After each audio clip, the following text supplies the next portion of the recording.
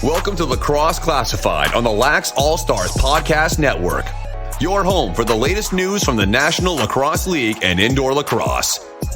Now, let's talk some lacrosse with your hosts, Jake Elliott and Evan Schemenauer. Ho, ho, ho, lacrosse fans. Merry Christmas Eve, as welcome back to Lacrosse Classified here on the Lax All-Stars Podcast Network. No weeks off here for us at Lax Class as we get set to bring you episode 59 here on a Tuesday, the day before Christmas. I'm Jake Elliott. Let's bring in Evan Schemenauer right off the top here, my co-host here on Lax Class. Evan, Merry Christmas. I know it's freezing cold back in Saskatoon. You guys pretty much get a white Christmas every time, don't you? No, actually, we don't every year. There was 1 or 2 years where we had a brown Christmas. A brown Christmas? I'm a little worried to ask what that is. Because the thing, you got to remember that all the leaves are off the trees. There's nothing nice and green out, but, it's no snow on the ground. So we've had it a few times. But actually, well, it's what we would call light jacket weather here today in Saskatchewan, which I know you and the lower mainland would consider, death-defying cold, but it's like what, -5. It's nothing. Okay, well, hey, listen, myself and Danny decided that we're gonna have Christmas a little bit early, so we opened presents last night. I got myself a brand new jacket to bring to Saskatchewan next month, so I'm looking forward to that. Got a bunch of new workout gear. Just got off the scale, Evan. Broken the 300-pound plateau down to 297, which totals 95 pounds. 5 more to go to reach 100 here by January 12th is the goal. Cue the applause. And you think back to that one photo that triggered the whole weight loss, right? Yeah. Well, it was that and a number of other things. Like I recall, like when I first stepped on the scale, I looked at Danny and I said, I think this thing's broken.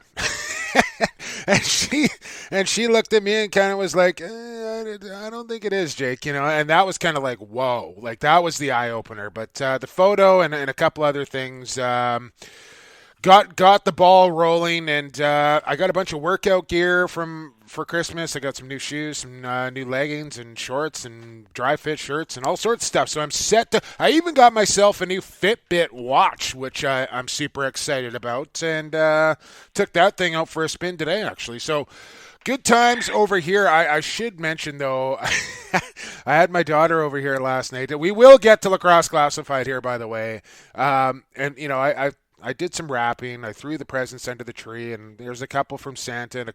So I made the mistake.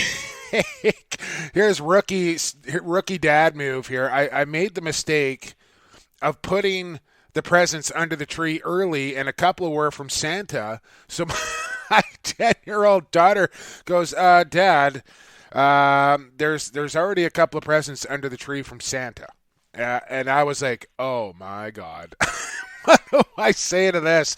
So I said that Santa needed some help wrapping, and he asked me to help him out a little bit. And she said, well, do you think he's coming back? And I said, yeah, he's got to come back because he's got to put stuff in your stocking, of course, and he's got to eat, milk and cookies and all the rest. So I think I bailed myself out. Like she's right at the age 10, I think, is when you kind of start to figure it out that Santa Claus might not be real. So I screwed up. Hopefully I dug myself out of that one. No, this is the first year actually our kids did figure it out, so we haven't even tried this year to hide it. Yeah, so. yeah. No, you got all your shopping done? You're ready to go? Oh, you recall, I am a bargain shopper that gets things done months in advance. You shop in October and get it done. Like when my dad opened his present last night, we were doing a little family thing. I bought that present back in April. Good stuff. Well, just one more sleep until the big man in the red suit shows up. So looking forward to it and happy to be here. And we got a great show on deck, Evan. We haven't even mentioned our two guests here on episode 59 from the Colorado Mammoth, from Team Canada, from the Peterborough Lakers, Robert Hope first-timer on Lax Class, will join us here in about 15-20 minutes from now. And then our old friend, the Chancellor, one of the voices of the Vancouver Warriors, as we go back-to-back Warriors, something we don't normally do here on Lacrosse Classified. But truth be told, tried to get a member from the Halifax Thunderbirds, and I know it's December the 23rd as we record here. People got lots going on. We debated whether even doing the show this week or maybe take a week off. I don't like taking weeks off, so we're going to soldier through. But Brad was good enough to step up, as couldn't run down Stevie Keogh, couldn't run down Clark Peterson, and Pat Gregoire said he was going to be drunk and just didn't want to be on the show. And actually, last year we taped this on December 26th, and I think both guests were still kind of in the Christmas hangover mode. Sure. But, we got through it. Yeah, absolutely. We'll get through this as well, and then we'll come back at you a week from Tuesday, and that'll be just the day before New Year's Eve. So we'll look for another, and that's going to be a huge show because we're going to have so much to talk about. We got so much to talk about this episode as well. We got 8 games on deck this week, Evan. And you get to host Who Ya Gott, as we both went 1-1. As let's get in to who we had. Who we have, presented by Stampede, Tack, and Western Wear. More than just a boot store, they carry a wide range of outerwear and jean jackets, including the all-time classic Storm Rider. One more shopping day left, Evan. You can put that thing on expedited delivery. Get your Storm Rider under the tree in time for Christmas.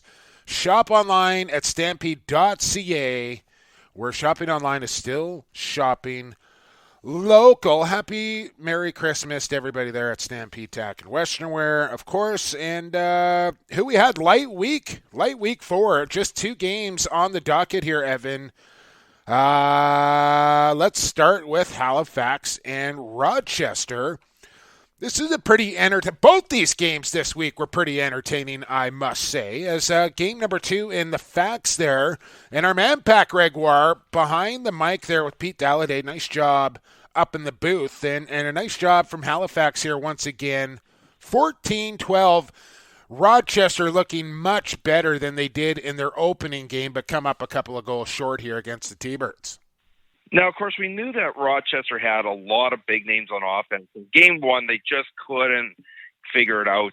But they finally got it figured out. And a game that we thought was going to be relatively lopsided all of a sudden was in heart attack mode. I went and started looking at the Who Ya Gott page because only, 5 people had taken Rochester.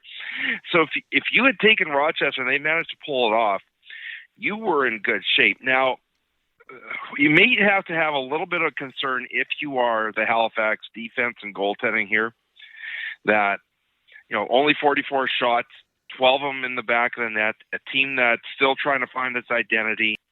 Halifax is going to live and die by its defense, and they normally have when they were back in Rochester. So a little bit of a concern there. But what a game from Graham Hossack. Was there anything this guy didn't do? He had an assist. He had 2 goals.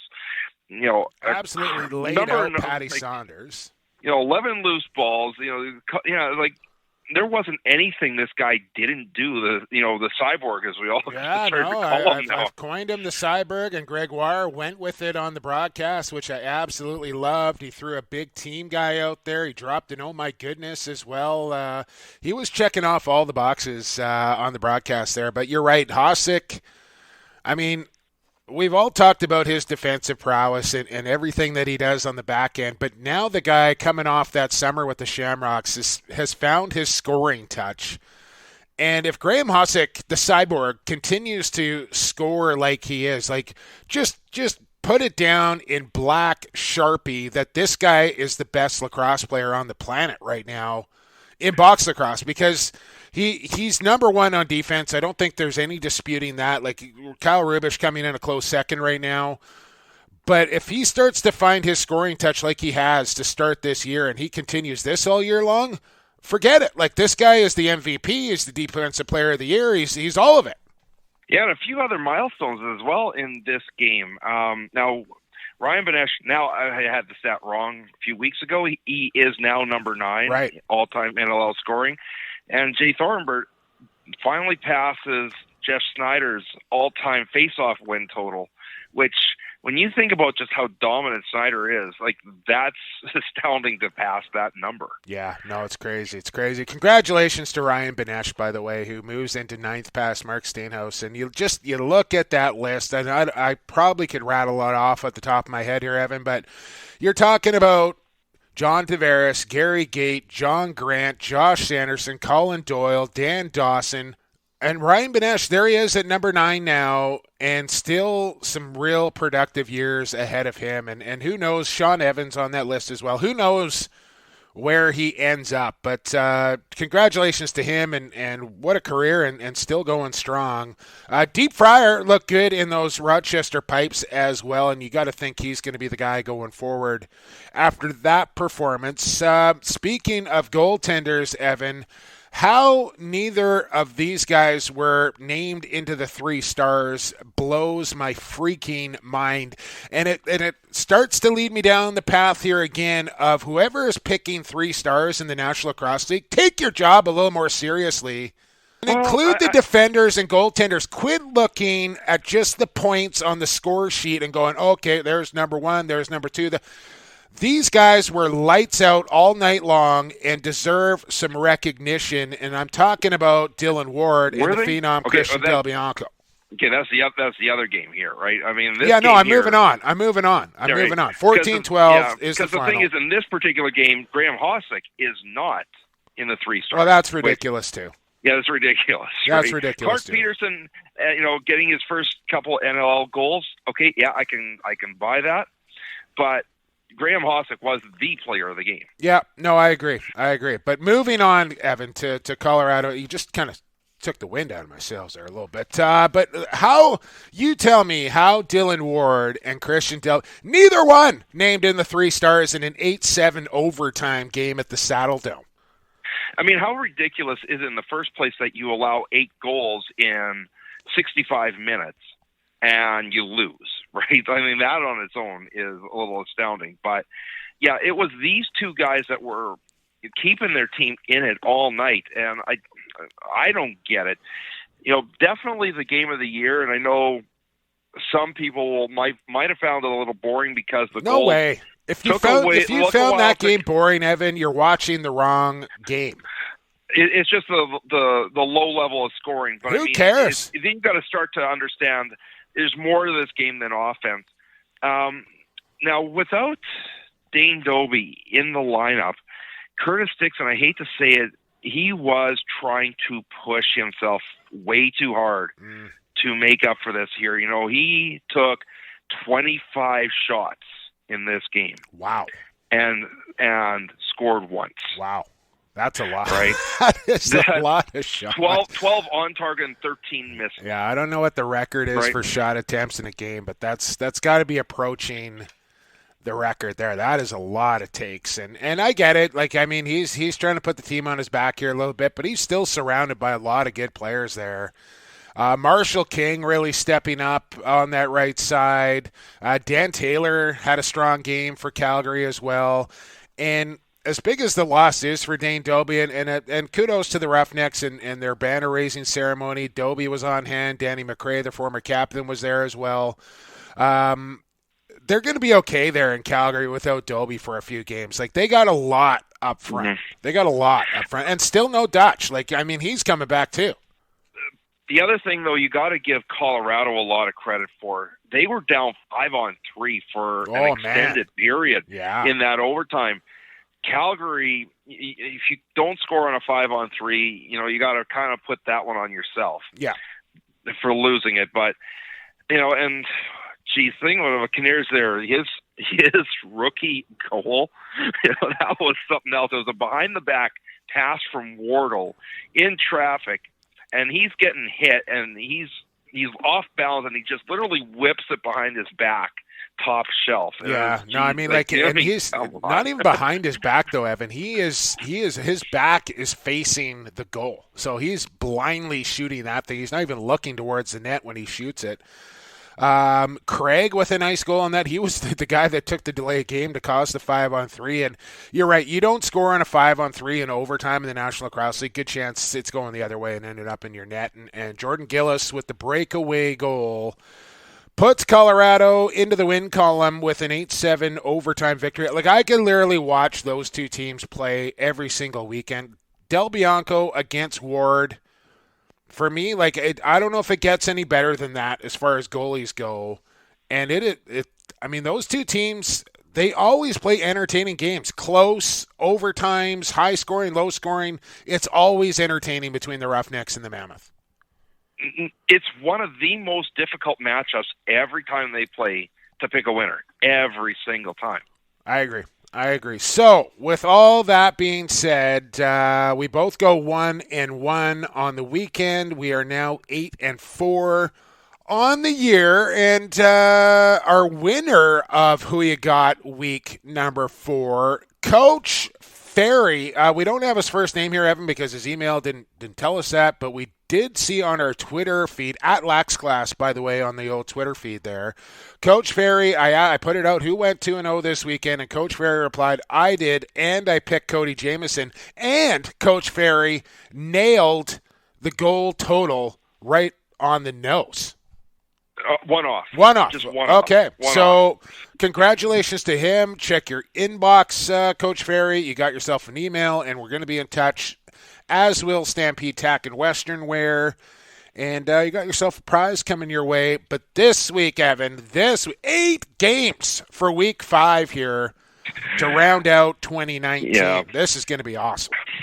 I put all 3 tiebreakers down thinking, if this somehow goes to the third tiebreaker, that's nuts, because the thing is, in the first tiebreaker, what team's going to score the most goals in a single game? Yeah. You have all 13 teams to pick from. You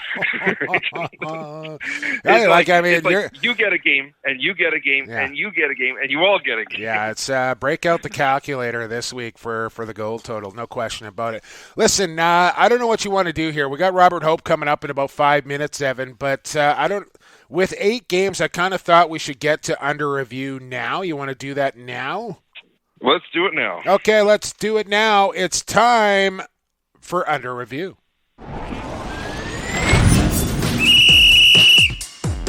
It's time for Under Review, presented by G. Wilson Construction.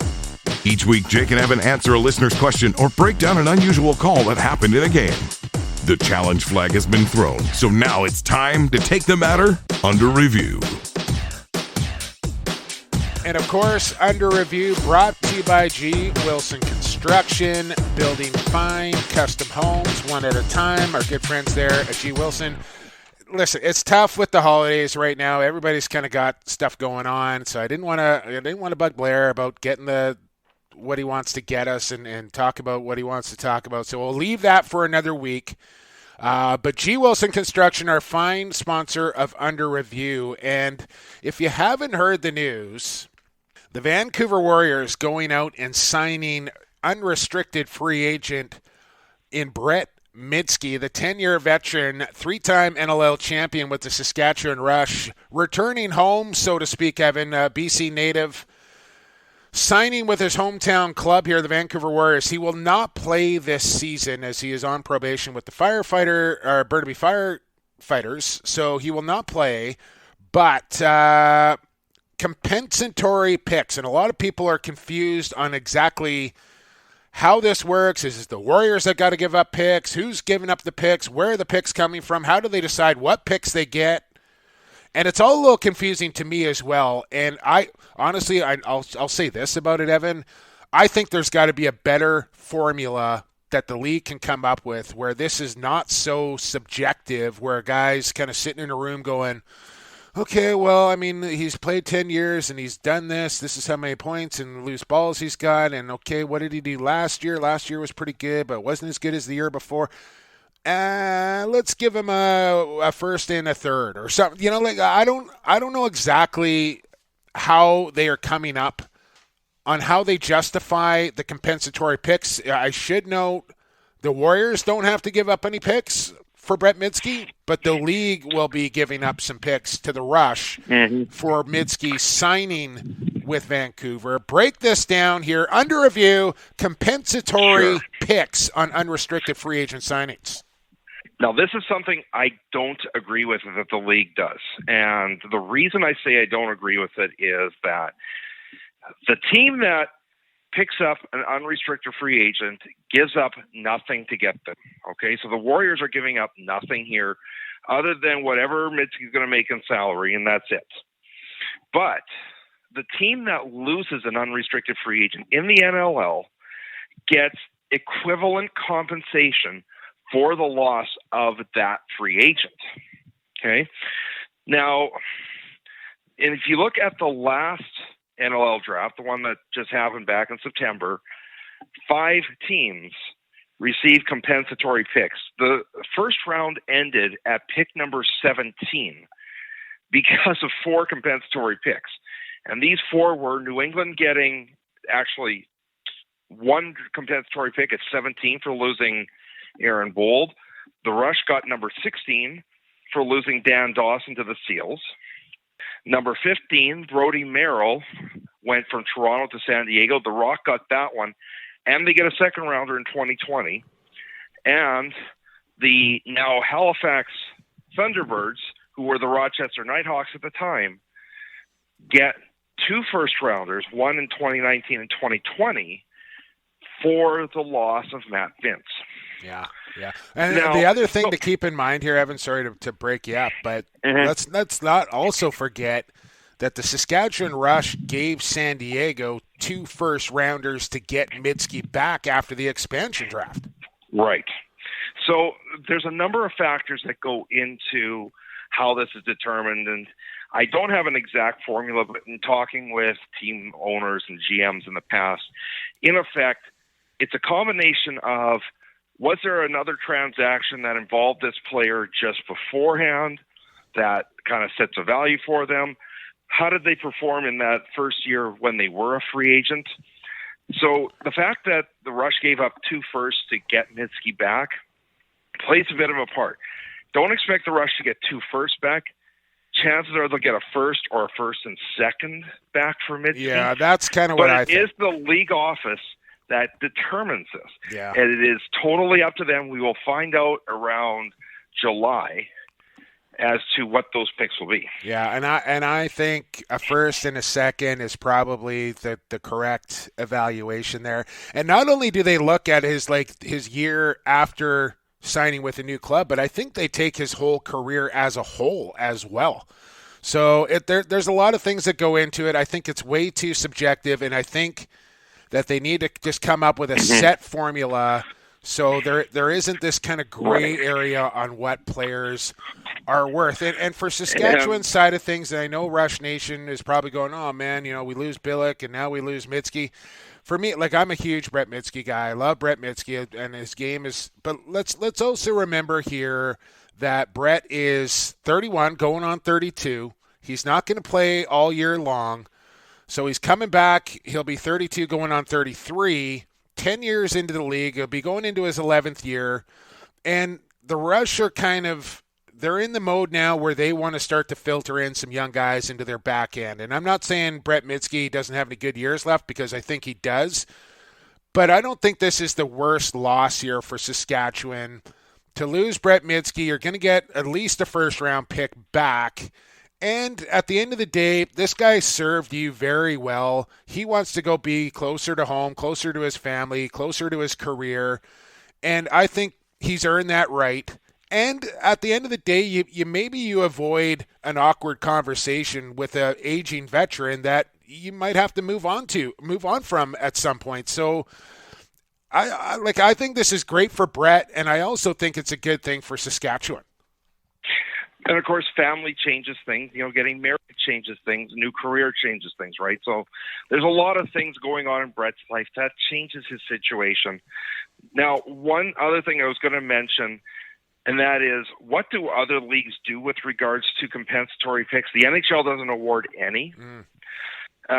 Major League Baseball and the NFL do award them, but they are not equivalent value. They are later round picks that that teams get. They get a little bit, but not much. Well, hopefully we explained compensatory picks for you a little bit better. I know it's kind of it's still a little confusing to me, so I know it's confusing to our listeners out there. Hopefully we broke that down for you a little bit better than what you knew beforehand. That was G. Wilson Construction's Under Review compensatory picks. Thanks for that. We got to get to break, Evan. We got the captain of the Peterborough Lakers on the other side. Colorado Mammoth defender Robert Hope joins us here on Lax Class when we return on the Lax All-Stars Podcast Network. Associated Labels and Packaging is in the business of creating first impressions. They'll help you reflect your company values accurately by offering solutions that fit your product needs. With the latest in printing technology and over 35 years of experience, Associated Labels and Packaging is the perfect fit for your company to take your labels and packaging to the next level.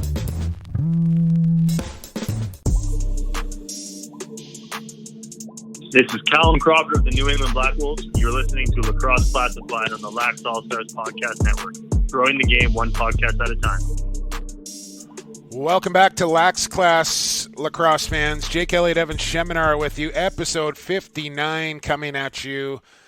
And you just heard from our friends at Associated Labels and Packaging. Best in the business when it comes to labels and packages. Sean Ashworth and the gang down there in Coquitlam. Find them at associated-labels.com, leading the way in environmentally friendly products. As I fumble that read out of my mouth. Joining us now on the podcast, he is the captain of the three-time Mann Cup champion Peterborough Lakers, also a member of Team Canada, and he is also a defender for the Colorado Mammoth, who just came up with a massive 8-7 overtime victory over the Calgary Roughnecks on the weekend.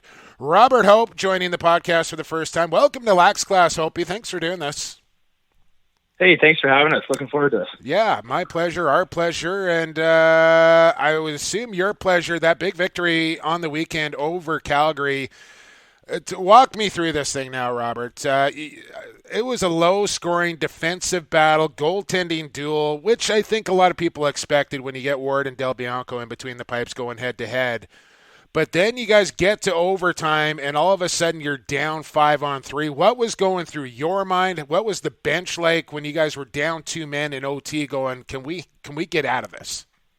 Yeah, that's obviously any time that you get down 5-on-3. Obviously in overtime, things are a little bit more escalated at that time.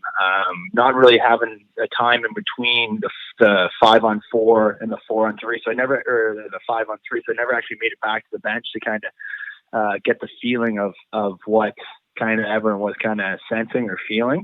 But again, usually, 5-on-3 is probably the odds are obviously in their favor. But we kind of had talked about it, and like we do before each and every practice about how we want to play a 5-on-3, and I feel like we've made some adjustments from when we played them in previous years. We felt like we had a lot of movement in our triangle, reverse triangle, just the way that we were kind of sliding and moving.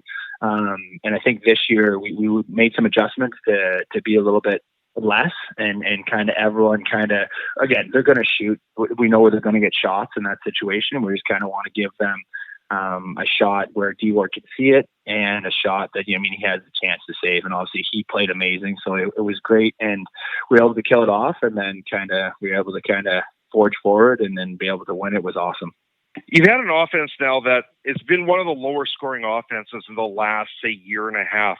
How much added pressure does that put on your end of the floor when you know that, your offense might only be able to put up 10 on the night? I don't know if it's added pressure. Like I in my opinion, for me, I can't speak for everyone, but I know I'm not watching the scoreboard. I know we have a system put in place. I know obviously our goal is to, give them as the least amount of chances as possible, high scoring chances. Transition, breakaways, 4-on-3s, 3-on-2s, penalties. That all adds into things. We have a great goaltender, one of the best in the whole entire world, on the back end. And I know the other guys on the back end feel the same way, and they're confident, obviously, in D-Ward and the way that he plays. So we don't really have like a goal in mind, but yeah, sometimes when maybe later in the game when the offense is struggling, we need a goal. I mean, that's when maybe we start trying to think about maybe pushing the other way. But I don't know if it's really about counting goals or counting numbers or keeping it under a certain amount and then thinking that we can't win or not. We have some great scorers in our team. I mean, if they keep getting their looks, we know that they're gonna pop the goals at the right time. And I mean, we're obviously like you said, we do realize though we're not a super high scoring team, and usually the games that we've been playing the last little bit have been pretty close for the most part. So we kind of know that that's the type of game that we play, and we know that with the team we have, like we're going to grind one out. It's not going to be, I mean, we're not winning a 21-20 shootout or anything like that. That has been our style since I've been in Colorado. So we kind of understand those things, but then, I mean, I think every team has their own identity and they play to their own strengths. So it's just one of ours that we kind of have our identity and we're going to play within it. Well, hey, I'll tell you what, Robert. Why not just put the snipe show Jordan Gillis up front and just let him fill it up? Yeah, Jordan. I mean, he's a great shooter, and I mean, I'll probably suggest that to Willie and Patty. And I don't know if they'll care if they're going to go for it, but that's not a bad idea. Well, no, I mean, listen, let's talk about this Mammoth defense and the system that you play. I mean, and I think you went out and at least Pat and Selfer did, and they addressed a couple of more needs on defense. And you're a big guy yourself, but they go out and get Craig and they get Jeffrey, two guys that have plugged right into the lineup and not looked out of place. And Andrew McBride now in his second year on the bench working that system. And Pat Coyle, of course, one of the best defenders ever to play the game in the National Lacrosse League. It's about defense there in Colorado. What is it about your guys' system that makes it successful? Do you guys kind of design it around the kind of shots that Dylan wants to see? Or, I mean, is it something different? You tell me. Yeah, so I think over the last, I think this is my sixth season in the NLL. I think over that time we've had a lot of growing pains. We've had a lot of adjustments to our system, but now we've kind of agreed upon things in different areas, the way that we play our power play, the way that we rotate, the way that we slide, where help's coming from. How we're going to play certain players, what their strengths are. So, and I think as the core has been able to grow together, we've been comfortable within our pairings on either the left side or the right side. We've been comfortable with how people play with one another. So I think it's as we became familiar with everyone, and obviously having a great goaltender behind us, and everyone has their own input in it. And the coaching staff will say, like, let's do this. Like, this is what we're going to do here. And then, I mean, we can talk, we can discuss it. But now over the last couple of years, we've kind of cemented the system that we've wanted, and that's kind of led us there's success on the defensive end, and kind of how we're going to play some of these great scoring teams, and how much, I mean, trying to limit a league where there's so many great scorers and so many awesome teams. And again, adding those guys like Brett Craig and Jeffrey and I mean, they've been awesome for us. And then other guys kind of jump in the lineup, kind of the who's next. Yeah, I mean, like, we're going to keep the same system.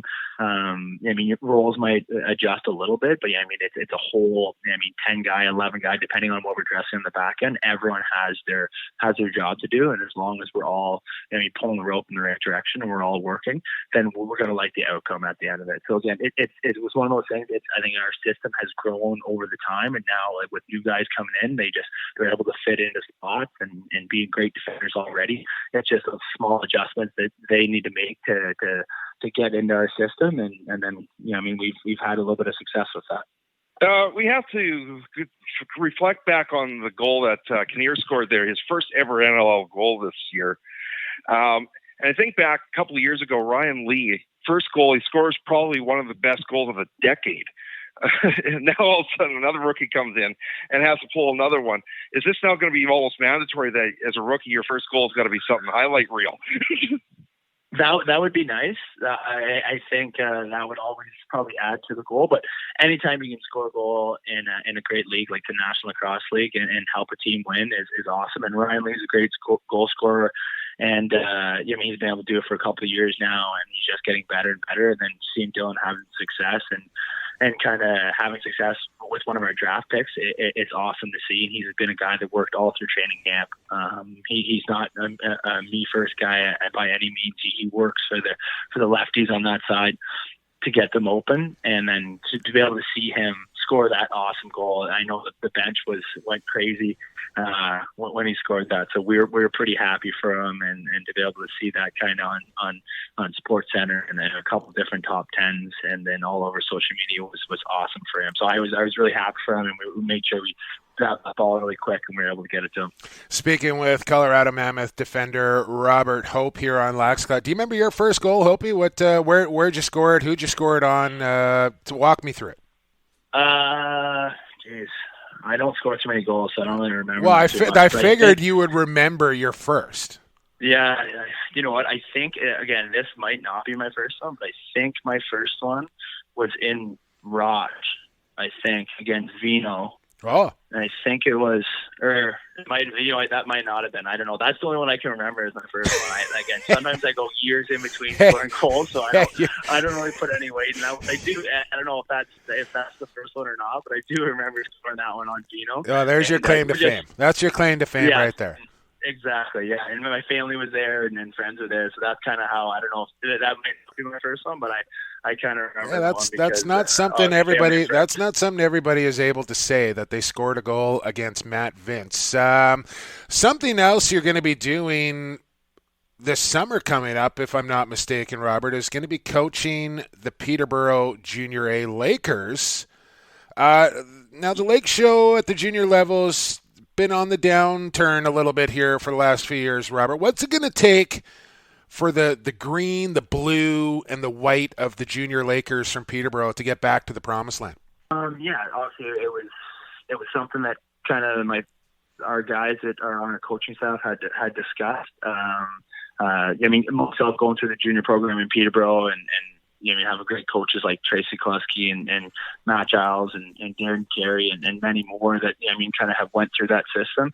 And it was something that I always, and the guys that are on our coaching staff now, always thought about giving back and kind of helping them out for the last couple of years. And we were maybe this a little earlier than we kind of thought we'd be back in the system, but we're excited for it. We're happy for it. I think, in my opinion, just from watching a couple games over the last couple of years and watching film and talking to guys, I think it's a culture change that needs to happen. As things move forward, and like you said, the junior program hasn't been moving in the direction that anyone around Peterborough that supports Peterborough kind of wanted, missing playoffs for the last couple of years. So we're looking forward to hopefully try to turn that around. We believe we have some good players.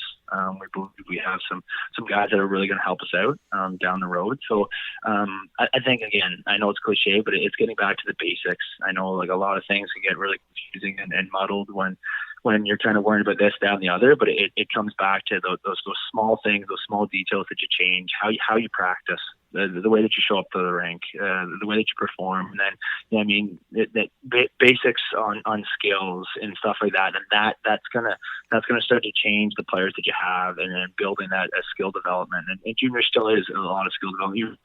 A lot of junior players have great success at NLL and playing in different leagues. They're still growing as players. So Sure. we're hopefully we can kind of change that culture around in Peterborough. We have some great coaches that are with us, Turner Evans, Withers, Matt Croak and Taylor Evans right now, and we're hoping to add some guys that could help out at practice and so on and so forth. But we've been fortunate to have those guys. They have a vast amount of knowledge from down at school and all and in the summer and in field and so on and so forth that hopefully we can pass along to players. And that's a great way to grow the game in Peterborough in an area that's that we've had some success at the senior level, and we've been very fortunate to have a great community behind us, where hopefully we can build that and continue to get back to where hopefully we want the junior program in Peterborough to always be and to be able to held up at the highest standard. Yeah, well, I was just about to say is a couple more minutes here with Robert Hope. You get back into the Mem Center. I know this is kind of on the horizon here a little bit, Robert, but we want to kind of cover the full gamut with you. A year away from the Mem Center, but you still come up with another Mann Cup victory, 3 in a row. As we know in Peterborough, there is no rebuilding. It's just reloading. A chance to go for the four-peat at home. How excited are you about the summer season to come? Yeah, it's something that guys, we always communicate. I'm great friends with the guys in the Lakers, so I usually see a couple of them every week, and we have a chat. So we're always chatting and stuff like that. But it's not really, the summer isn't really something to focus on for a little bit. But again, once it got done, that was kind of one of the things that each and every guy in the staff and is kind of focuses on is, I mean, we each and every year we want to play for the Mann Cup. That's our goal. That's any senior A team's goal. And I mean, we are excited to be back. Like you said, in the Men's Center, the Evan Room was, it was different than the Men's Center, obviously, a little smaller, a little quaint, but the city of Peterborough did a great job, kind of hosting us there, and to be able to have success there and get the fans out there in a little bit of a smaller environment was nice. But obviously, we're happy to be going back to the Men's Center, to kind of our home for the last little bit. So we're excited for that. We're excited for the season, and then obviously the Mann Cup being in the East this year, we're hoping we're able to host that in a great venue like the Mammoth Center. So, yeah, I mean, there's always some adjustments each and every year with different teams. So again, we're just kind of hopefully keep the same game plan as we always do, and it'll be a busy but exciting summer, and we're all looking forward to it. We know Peterborough's got a history with the Mann Cup. Ended up in a bonfire once. It ended up in the ocean a few years ago. Now, we talked with Zach Courier the week after the Mann Cup. He says, you're in charge of it. Simple question, is it safe? Yeah, we were just with it there a little. He said I was in charge, or he was in charge of it? You're in charge is what he said. Oh, yeah, that's, I don't know how I get that racket that I'm in charge. I get a lot of texts asking where it is, and I don't have it, but I know who does have it, because we try to share it around as much as possible, especially around this time of year, family and friends coming in and stuff like that. So it is safe. I know that. We were just with it at a ceremony and family event. So it's good. Yeah. So you've seen it. It's still in one piece. It's making its way around Peterborough. Yeah. Just keep it away from Batley for me, would you? Just don't let Bats get his hands on that thing, because who knows what happens.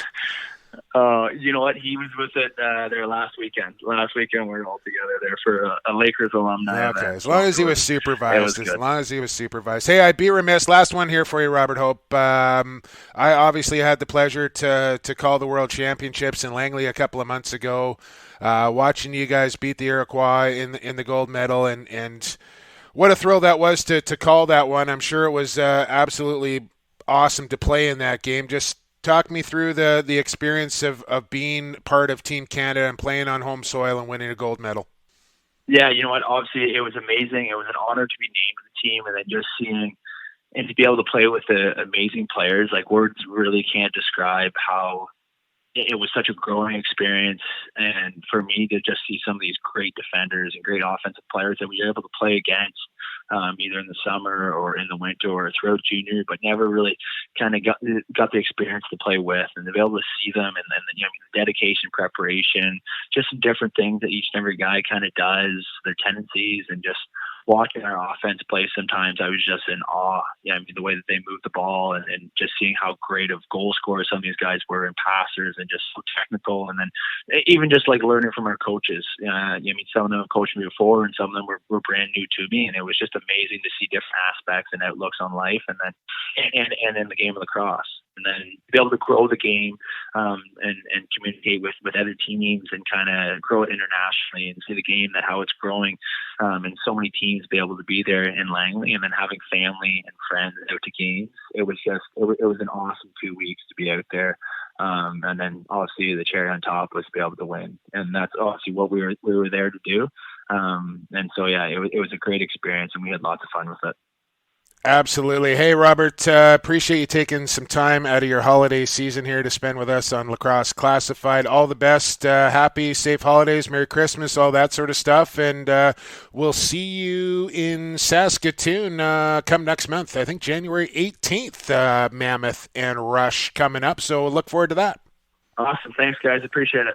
Appreciate you. That was Robert Hope. You want to give Robert Hope a follow, do so at Hopey_15 on the old Twitter feed. That's where you can find Robert Hope. Captain of the Lakers. Not too many people get to call themselves that, Evan Schemenauer, and this guy just keeps getting better and better and better on that Mammoth back end. And he's going to have to be good for this Mammoth team to succeed, because, like I said, their offense is struggling. It's trying to find its way, but this defense and goaltending shutting the door. They're under 8 goals a game against Saskatchewan and Calgary. That is amazing to hear that. Yeah, and that's Colorado. They're going to have to try and get over 10 and try and keep teams under 10, and that's really going to be their mantra this season, and that seems to be the case through 2 games here so far. 1-1 for the Mammoth heading into the Christmas break here. We're going to take a break, Evan, and on the other side, it's my old pal, Chal. The Chancellor, one of the voices of the Vancouver Warriors, is coming up. Brad Challoner, keep it right here, episode 59 of Lax Class on the Lacrosse All-Stars Podcast Network. A Vancouver Warriors game at Rogers Arena sounds like this. Jones shoots and he scores! Diving effort from Mitch Jones. Nothing's monotone. Lee and Beers go crashing into the crease. Nothing's boring. Now we're going to have a fight. It's the captain squaring off. And at Vancouver Warriors games, Loads up. nothing's offside. Tries a shot and he scores! Experience it for yourself. Vancouver Warriors tickets are available now. Tickets starting from $19.95. Visit VancouverWarriors.com/tickets today. This is Keegan Ball from the Vancouver Warriors. You're listening to Lax Class, your go-to source for all things NLL and box lacrosse.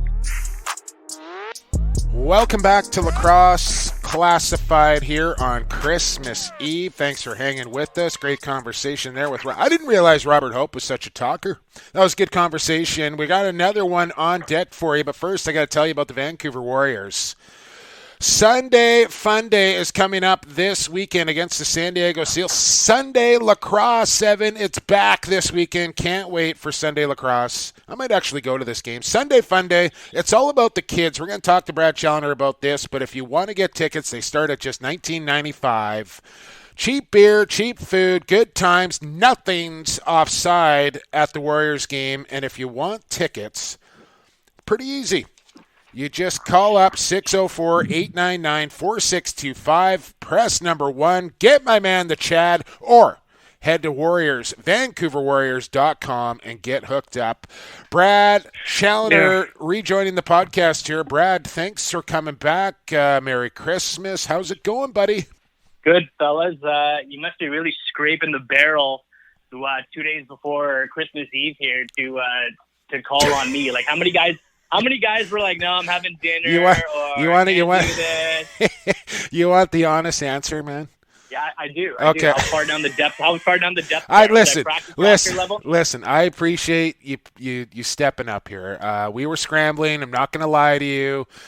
Consider yourself like on the second power play here, Brad. We went through Clark Peterson. The new CLA president, Sean Williams, he's playing hockey tonight. Clark's got a dinner thing.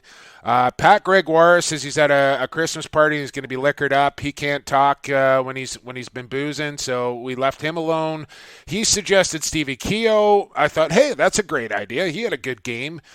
Tried Stephen Keogh. He's also got a Christmas function, which left us with you, Brad Challoner. So, well, I appreciate you coming on. I can't promise that I'm not going to be liquored up. Okay. So I'll try to. Well, I told lacrosse superstar Pat Gregoire. I said that makes for good podcast.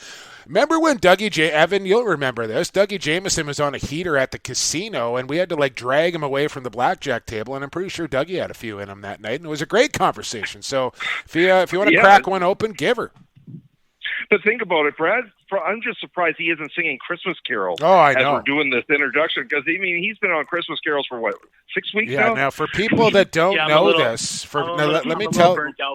let me tell people this, Brad. Let me tell people this here. For people that don't know, here in the Lower Mainland, 103.5 QM FM, Vancouver's soft rock, latest. What is it, Brad? Give me the slogan for QM FM. It's today's best variety, music that makes you feel good, 80s through today. Okay. We go from Bon Jovi to Bieber. Okay, so Brad himself, for anyone that doesn't know here in the Vancouver area that is a big QMFM fan, they're a great station.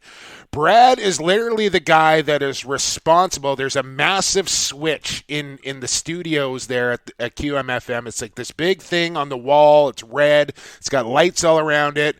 And at a certain day and time of each year, Brad walks up. He struts, actually, is what he does. He struts up to this switch, and he flips it And it's Christmas music until, I don't know, when do you turn it back off? Do you get to do the turn off the switch too, or are you just responsible for the turn on?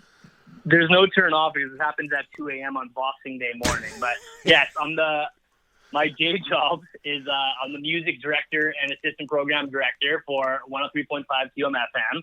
And for 5-6 weeks of the year, we are Vancouver's Christmas music station. We had to go early this year. We went earlier than we've ever gone, just based on what's going on in the market right now as far as like kind of behind the scenes radio battles go. We chose to flip on November 15th, which is by far the earliest we've ever gone. So I'm a little Christmas music out. Okay. I can't wait till 2 a.m. Boxing Day morning till we flip back to regular music. But yeah, it's fun, man. Like, my favorite thing is that commute to work on the morning of the flip. Right. And sitting in the car and like looking at all the other people stuck in traffic and thinking to myself, because we keep it a secret, right? We keep our cards. Oh, this is like highly classified stuff here. That person in the car next to me and in front of me, behind me, they have no idea what's going to hit them in about 2 hours when I get into work. It's I feel like it's the only time in my life I feel like I have any control or power over anything. So it's a good morning. It's a big deal. It's a big deal to a lot of people. I can tell you that. Like you get like emails on the daily. When are you going to do it? When are you going to do it? Anyways, let's talk some lacrosse here, Brad Challoner. Big win for your Warriors over the Riptide a week ago, and now they'll follow it up here with a game against the San Diego Seals. And this is really one of those games here for Vancouver, playing on their home floor at Rogers Arena, coming off a victory. They got a chance to build some momentum here against the Seals. And this is a game that they need to win, they should win, and I know they really want to win here. Of course you do, right? And for many different reasons. A, they're coming off of that emotional win last week that, you know, may or may not have been for So and Gill, but the guys wanted to put on a performance for Chris Gill, who was behind the bench a week after his dad passed away, which is just remarkable and shows how stoic he is and how much the sport meant to the Gill family. But Matt Beers and Mitch Jones and the boys went to work, and that was an emotional first victory in the middle of a 3-game homestand here. So that's reason number one. You want to keep the momentum going after that. Second, you're on a 3-game homestand, and this is a chance to build some buzz in a finicky market, as we all know. And we talk about it all the time. You guys talk about it all the time, and I talk about it on other podcasts. There's other podcasts, by the way. I don't know what you're talking about. I don't know what you're talking about.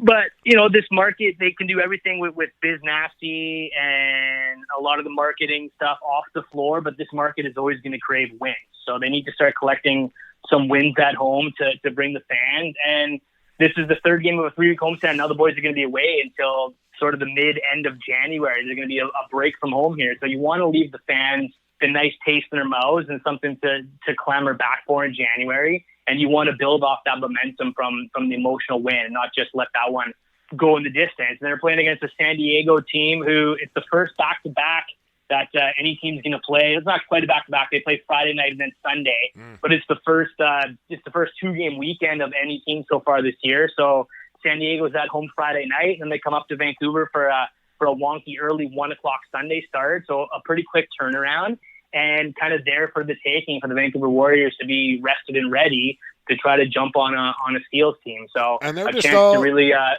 they're all just going to jump in those F-15 Tomcats, and they'll be up in Vancouver in no time. Yeah, they'll go down to the Air Force Base, take a look at where they're going to be playing a game in a couple months. And hijack a plane or two. Steve David will go Top Gun and pilot them up here. Okay, before Evan, I know Evan wants to get to the Brett Mydske signing because that's huge news for the Warriors and lacrosse in general. But before we get to that, you mentioned the Seals Sunday fun day at Rogers Arena. Break down all the good things that are going down this Sunday afternoon at the Rog. Well, it's Sunday afternoon, first of all, so we get a 3-day spread of lacrosse this weekend. What can't you love about that? They're going to be handing out thunder sticks to the crowd. I'm not exactly sure what a thunder stick is. It sounds like it's going to be loud. It's really for the kids on this Sunday fun day. Post Christmas, pre-New Year's, the family's home. Hopefully no one's working on Monday morning. So a chance to bring the kids and have some fun. There's going to be a carnival on the turf post game for season ticket members, face paints, balloons. The Bud Zone is going to be converted into the NFL Bud Zone this game. So couple of the football games that are happening on Sunday will be available to watch while you're hanging out in the Bud Zone watching the game in between, intermissions and TV timeouts, of course. But it's really for the kids this weekend. I like the early start. I like the full slate of games. And, the Warriors are trying something different. They've got to put a lot of dollars into market research, and that went into the 6 Friday nighters that they're going to have this year. But they want to have some fun and try something a little different over the holidays. So 1:00 start, Sunday, fun day, Sunday. Maybe before we get to Brett Mydske, let's go back to Nick Bielich for a second. You lose a very tough, gritty defender. That's what Vancouver was trying to build this year. In the game against the Riptide, without Bielich there, what did you see different in the defensive dynamic of the team? Well, I was going to mention this off the top, but when we talk about intoxicated interviews, one of my all-time favorites, Jumbo, you remember this? Yes, I forgot Nick Bielich, the morning after winning the Champions Cup at the time. I don't know if it was the first one. I think it was the second. I might have been the second one. So the first one in Sask, we had him on the podcast the morning after, and it wasn't the morning after for him. It was still night of.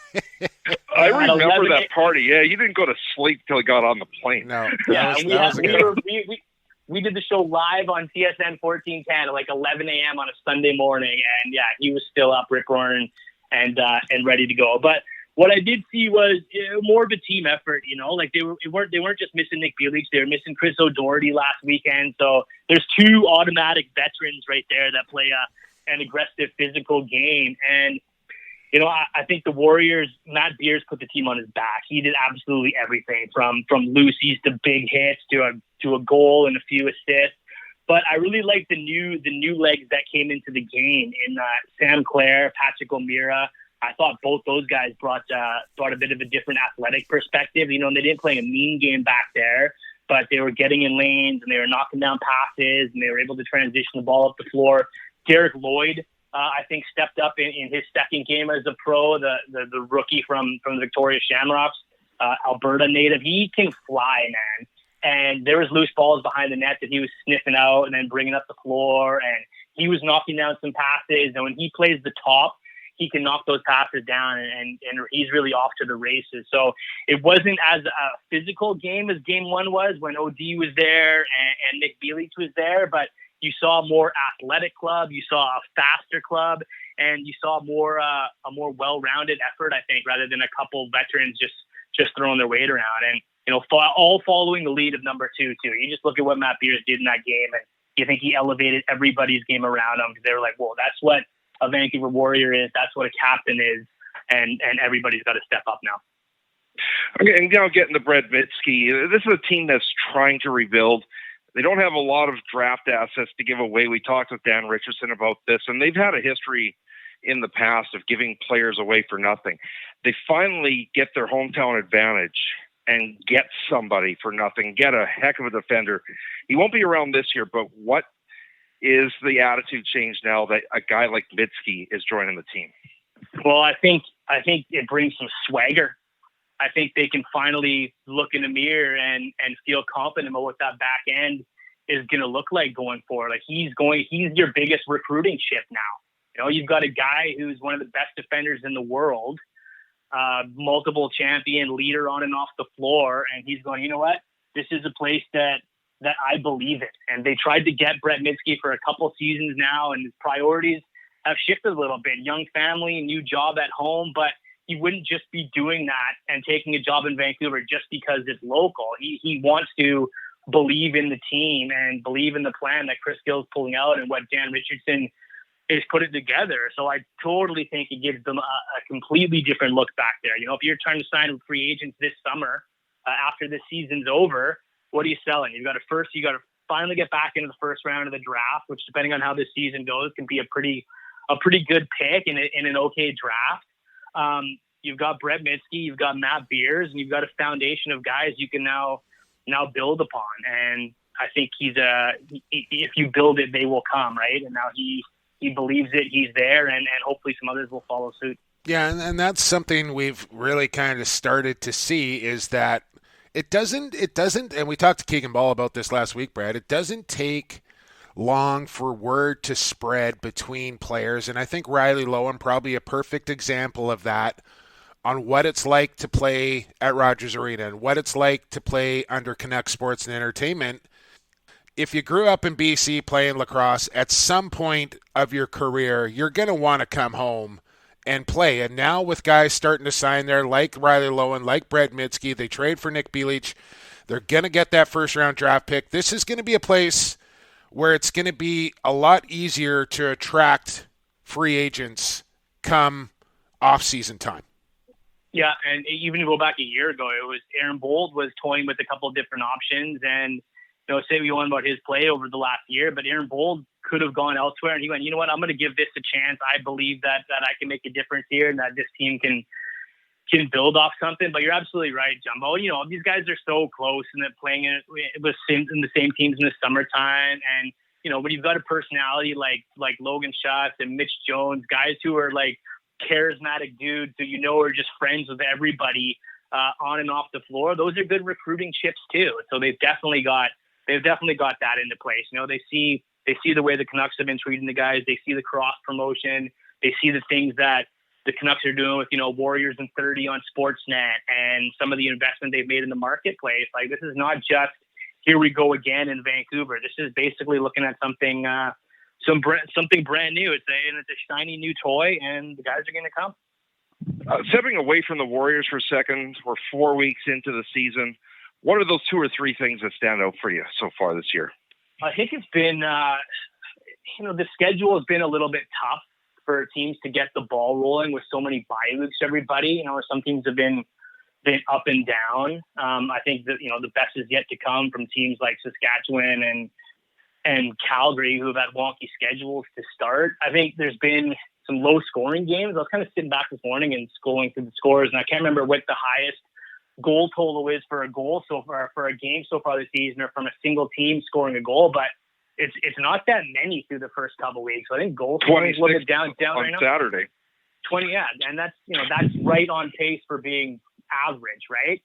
But I haven't seen no one's put up an 18 or a 19 or a 20 spot yet. So I think goals have been down a little bit. It's tough to get teams into a rhythm in December. So I'm really excited to see kind of what January brings when guys are going every weekend, Brad Challoner, thanks for your time. Have a Merry Christmas. Hey, I know I missed out on Rib Night at Rogers Arena a week ago. Maybe for Sunday Funday, can we maybe carpool so I can get down into the underground and park with you in the underground on Sunday? Is that doable? I don't know if I can sneak you in. I'm just hoping that okay. It's I got to be there at 9 a.m. on Sunday, so I'm hoping that it's like a pancake breakfast before the game. Man, I better show up. So you might want to get down there early. Maybe I'll SkyTrain it. Maybe just avoid all that sort of stuff. Just SkyTrain it to Rogers Arena. Right to the front door, Chinatown Station. Love it. Yeah, we got to get Tyson Geik though working on the Chancellor shirt. I don't know why that one didn't hit the website yet. Yeah. We need a Slimbo, we need a Chancellor, and we need a Harper. We got to get a Harper out there as well. It's amazing how well that nickname has stuck, the Chancellor. Huh? He wants to make something that he can sell, so I understand why it's not up there yet. Hey, man, Merry Christmas. I know you got a young family there, Bradley. Always a special time around the holidays. Enjoy yourself, and a couple more days of Christmas music, and we're done.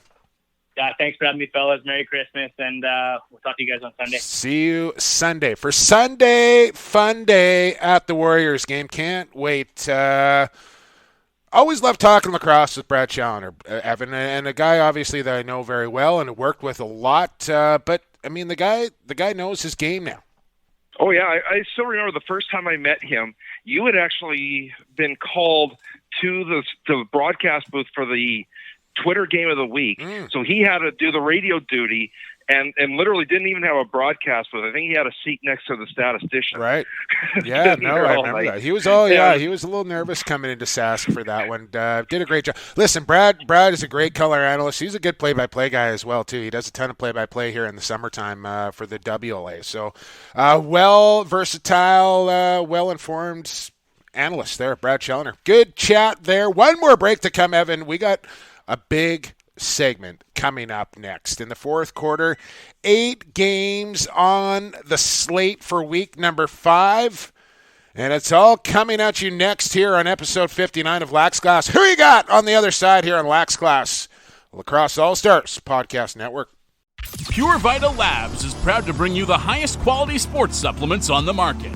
PVL products are 100% all natural with no artificial flavors, colors, or sweeteners. And the entire line is also Informed Choice certified. We designed all our products with the athlete in mind. We look forward to being a part of your athletic achievements, helping you push the bar higher, win at the highest levels, and set personal records for years to come. This is Rich Lisk, GM of the New England Black Wolves. You're listening to Lax Class, your go-to source for all things NLL and box lacrosse. Growing the game one podcast at a time. Back once again. No more breaks. This is the fourth quarter of Lacrosse Classified. Thanks for hanging with us. Robert Hope, Brad Challoner, two great conversations as per usual here on Lax Class, I must say, Evan.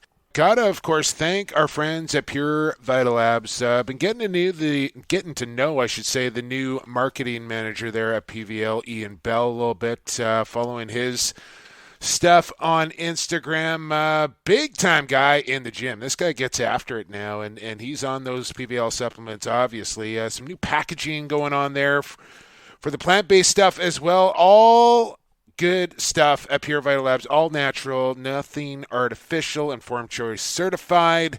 Find them at pvl.com, and hopefully coming up in February here, we're going to do something cool on Lax Class, and let's get you the opportunity to purchase these supplements at a discount. Thanks to Lacrosse Classified, get you into the PVL store online. We'll have a discount code for you and all that sort of stuff as soon as they get their online store set up, hopefully early in the new year. All right, we both went 1-1 last week. We are both 8-4 in the standings. So that means you get to host the biggest week in the National Lacrosse League so far, Evan. Week 5, 8 games for Stampede Tax. Who you got? Evan, who you got? Jake, who you got? Who you got? Who you got? Who you got? Who you got? Who ya got? Who you got? Who you got? Brought to you by Stampede, Tack, and Western Wear. Of course, you know they're your complete source for boots, tack, and Western Wear. They're also your source for Wrangler jeans. You shop now, you can still save $10 off of any men's or women's pair of Wrangler jeans. I might just actually head out there to Stampede tomorrow and pick up a last-minute Christmas gift for myself. Wrangler jeans, $10 off. Stampede.ca, shop online. It's still shopping local. Who you got, Evan? Take it away. Okay, well, here we go. By the way, I've already made my picks, okay? So I'm not going to let you sway me or anything like that. I've already marked down my picks, who I'm taking. I'm going to try and sway you on one because there's something interesting here that I don't know if you remember. Puerto Rico playing? I don't think so. No.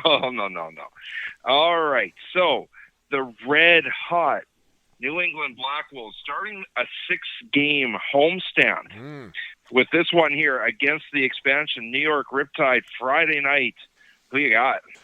Taking the Black Wolves, Evan. I mean, if they're winning games on the road against Toronto and Saskatchewan, there is no reason they should not win at home over the New York Riptide. Simple as that. Give me the Black Wolves going 3-0 to start the year.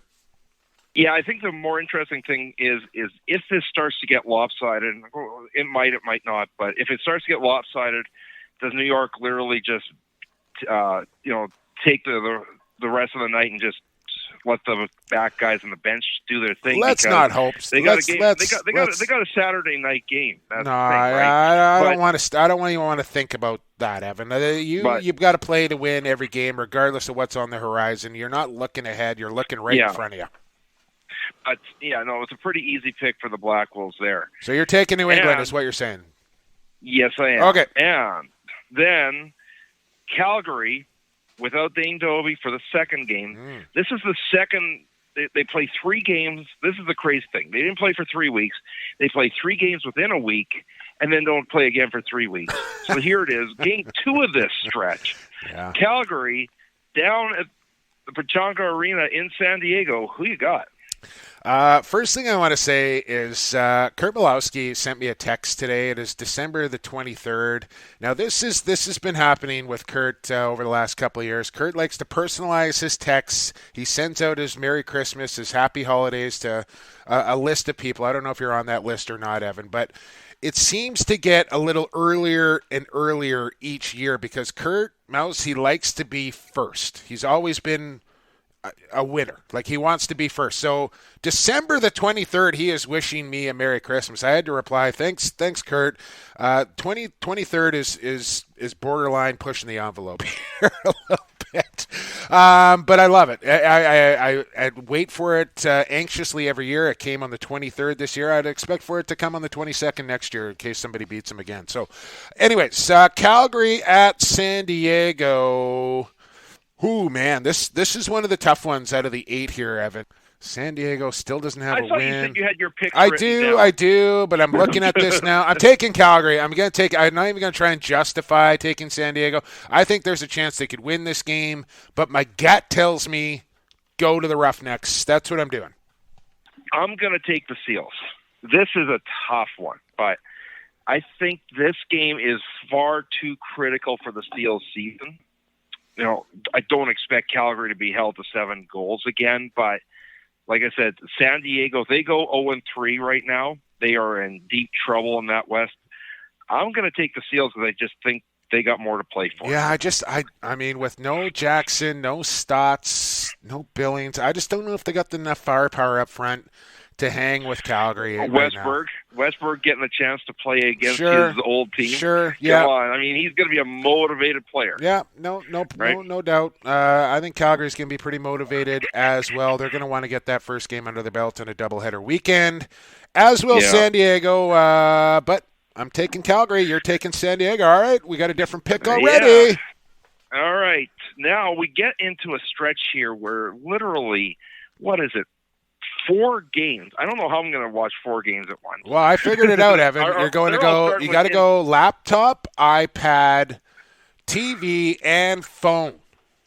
4 I got 2 screens. laptops, a Chromecast to the TV, and I think the phone is what I'm going to have to do. Yeah.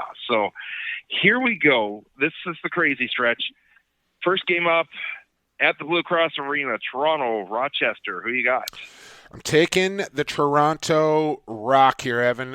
Rochester, much improved from their opening game, showed significant strides taking on Halifax. They're going to be back at home, but I just think Toronto, more established, better team, a little bit better goaltending as well, a little more balance. Give me Toronto. I'm taking the Rock. Yeah, I'm taking the Rock too. Pretty simple. I think they're the better team. They should take this game here. Now, down to the Infinite Energy Center, Colorado, Georgia. Who you got? Oh, man. Colorado really impressed me with that victory. But holding Calgary to 7 and holding Georgia to 7 or under 10, I don't know if anybody is holding the Georgia Swarm to under 10 goals this year. Like, I firmly believe... I'll put it on record right now, Evan. I think the Georgia Swarm score more than 10 goals every game they play this year. They're going to do that again against the Colorado Mammoth, and I just don't know where the goal scoring is going to come from Colorado. So give me the Georgia Swarm down in the dirty South. Give me the Swarm, too. Now, here's a crazy stat for you. Mike Poulin's goals against average is in the 4s right now. Pretty good. Yeah, I think I'd take that. This one is pretty simple, is that if you look at since the Swarm moved to Georgia, I don't know if the road team has ever won a game between these two teams. Really? So give me the home team. Yeah. No, Georgia has lost every game in Colorado as well. So it goes both ways.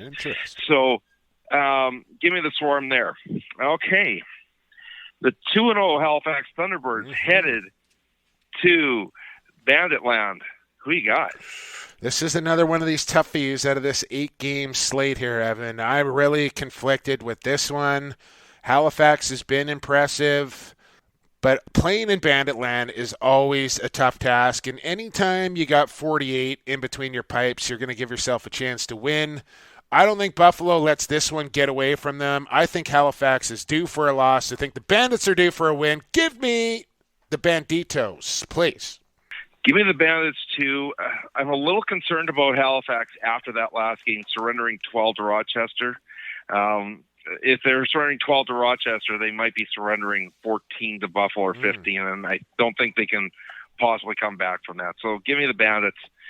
Now we get to the NLL game of the week, and it is the Riptide's home opener, but they get the Saskatchewan Rush. I think your pick's obvious, but who you got? Yeah. I mean, even if I didn't receive a paycheck from the Saskatchewan Rush, Evan, I would be taking the Rush in this one. I know it's the game of the week and it's the Riptide home opener and all the rest of it, but you're talking about a Saskatchewan team that laid an egg in the first half against the New England Black Wolves and have been sitting and stewing on that for the last couple of weeks, and I think they're going to take the Riptide to the woodshed here, and this thing could get ugly, and it could get ugly early, and it could get ugly late as well. Give me the Saskatchewan Rush to roll over the Riptide.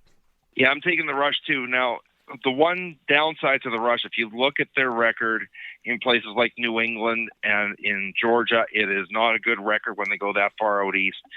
But they're playing the Riptide. The Riptide are still trying to find their identity. I'm taking the Rush in this one. Now, here's the one I'm going to persuade you on. Okay. It is the Scotiabank Saddledome, Philadelphia, Calgary. Now, here, let's go back to when we had Kurt Malowski doing his season preview. This is the game where they are not taking the 6 a.m. flight out of San Diego. They are taking about 11:30 flight in the hopes they make it back to Calgary in time for the start of the game. They might have a delay of game penalty to start this game. So they're playing the night before. They're literally getting off the plane straight to the arena. Philadelphia, Calgary. Who you got?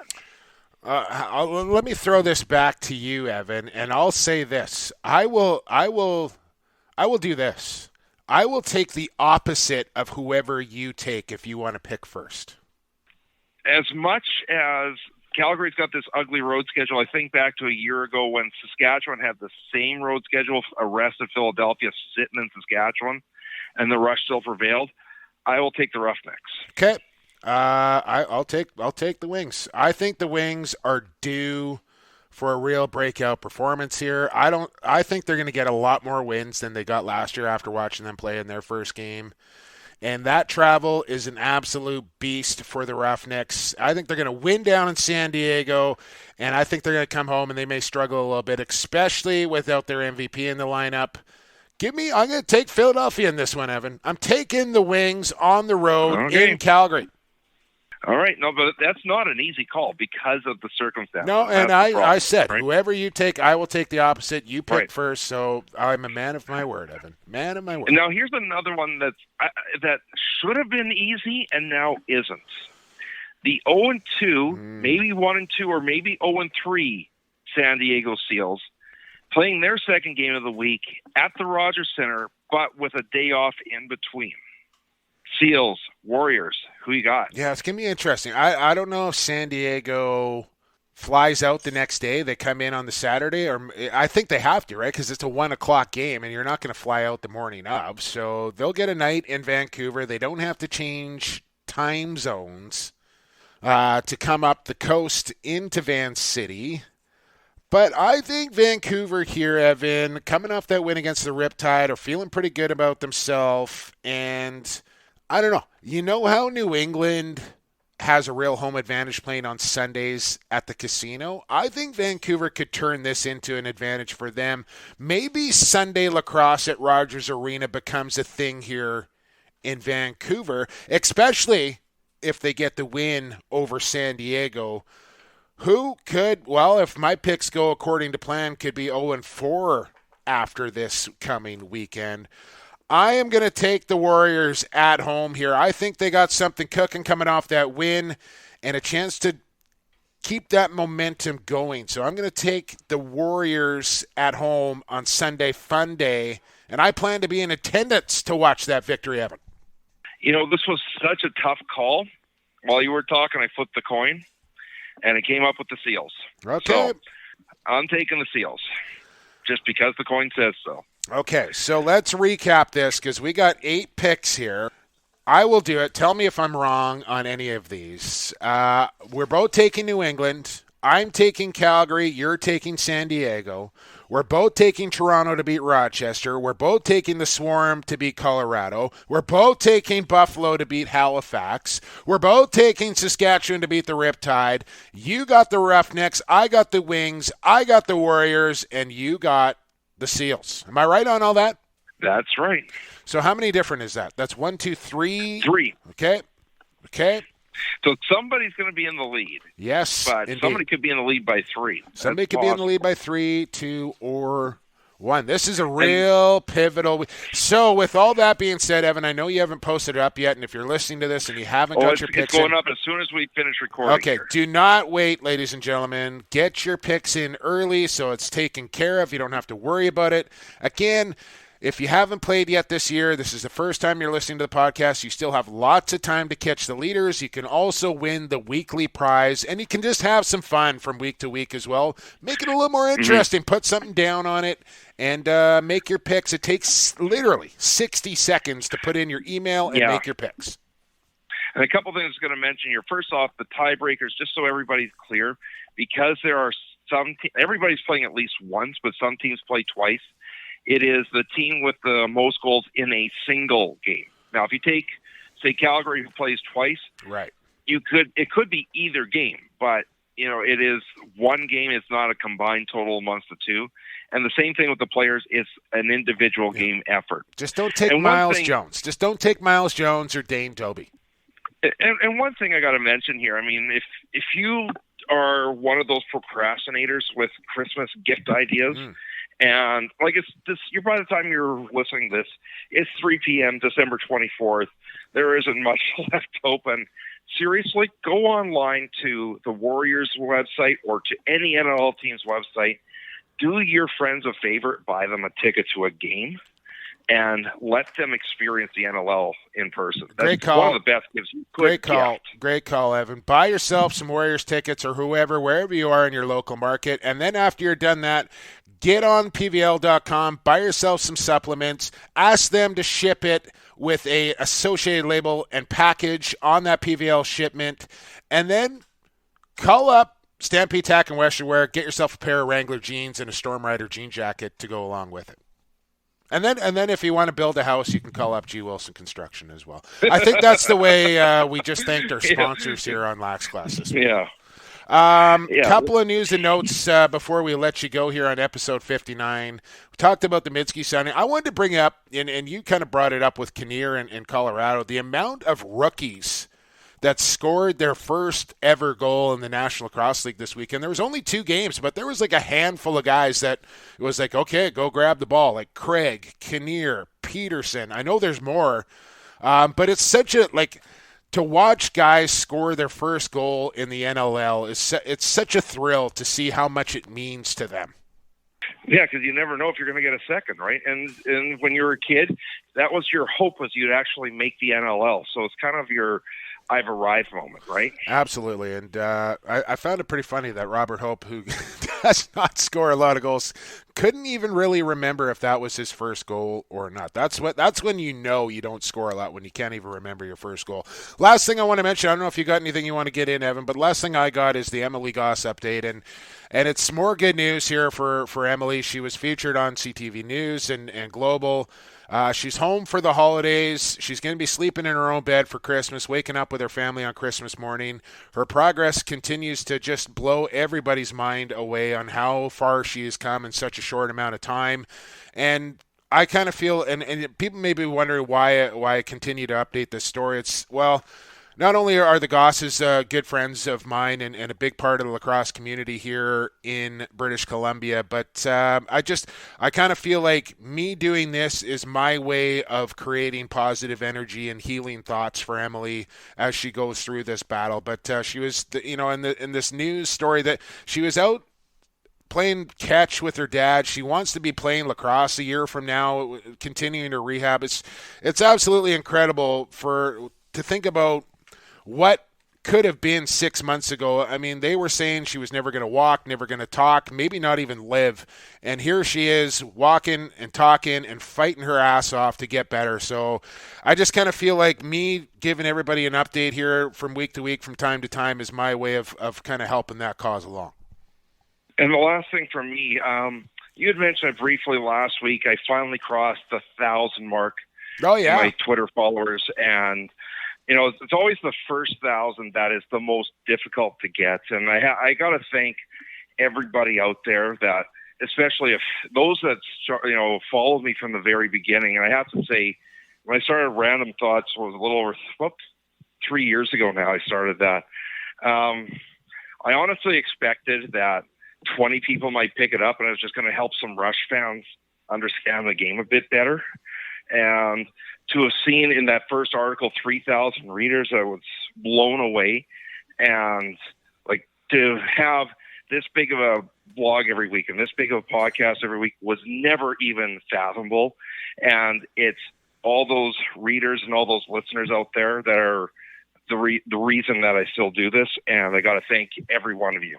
Well, there you go, and thanks for putting it out, Evan, because it's one of my favorite reads every time that you pump it out. And while we're at it, follow Evan at Shemlax. You can follow me at PXP for Sports. The show is at Lax Class on Twitter, Lacrosse Classified on Instagram.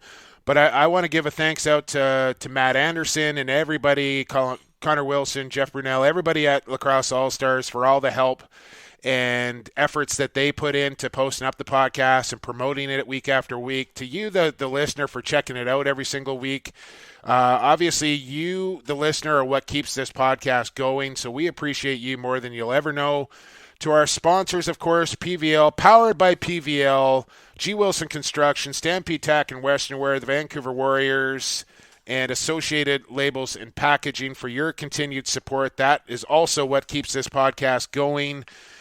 And to you, Evan, for all your hard work, man. I know this is a bit of a labor of love for you, and honestly, I could not do this without you and all the time and effort that you put into doing Who You Got and the Google Docs and the summaries and all the rest of, all your social media and everything that you do for the podcast as well. It does not go unnoticed, and I can't thank you enough for that. I hope you have a fabulous Merry Christmas and a safe and happy holiday with your family. Yes, Merry Christmas to you. I'm on a bit of an extended holiday, but I'm still here every Monday when we record, so that is still no time off. But Merry Christmas. Give the girlfriend and the child my warmest Christmas wishes, and I will see you close to New Year's. You bet. We'll be back next Tuesday, December the 30th, with another big show, and we'll see who's who and who's what after 8 big games coming up this weekend. That's it for Robert, Hope, and Brad Challoner. Thanks for stopping by the program, and we mentioned all our sponsors. And now we got to go. Thanks for listening to episode 59 of Lacrosse Classified here on the Lax All-Stars Podcast Network. For the fastest game on 2 feet and for the creator, enjoy the games, everybody. Merry Christmas.